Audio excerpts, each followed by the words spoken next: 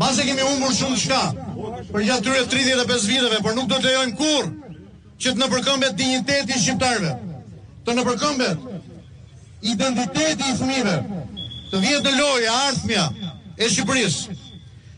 Unë jam shumë i gëzuar që sot këtu kemi imam nga xhamitë e Tiranës dhe jo vetëm.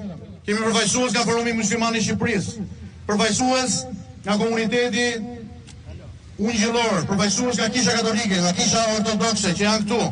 Mbi të gjitha kemi qytetar, teist dhe jo teist, të cilët kanë mbledhur së bashku përballë të rreziku për të bërë rezistencën e fundit, sepse ky projekt ligj nuk trajton vetëm çështje barazie.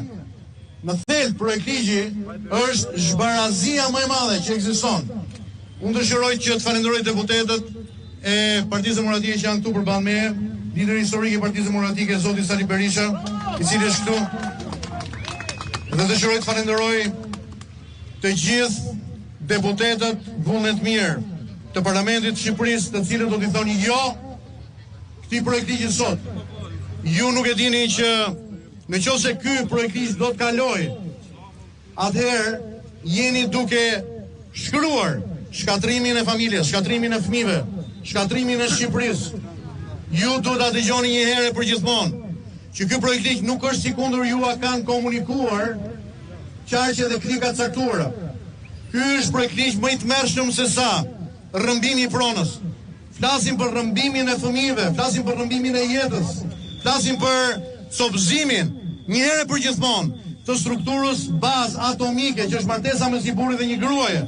Flasim për transformimin e identitetit shoqëror shqiptar, transformimin e gjuhës së shkruar, gjuhës komunikimit, gjuhës së ligjit. Flasim për sanksione të cilat ju nuk e imagjinoni dot, që nisin me gjoba nga 1,5 milion lekë vjetra deri në burgime.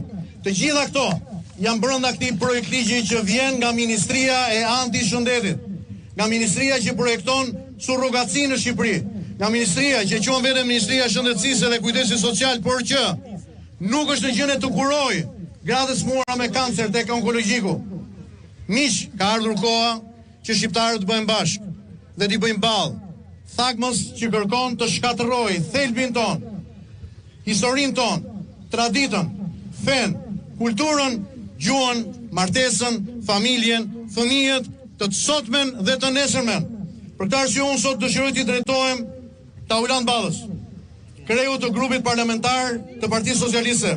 Taulant, hiq dorë.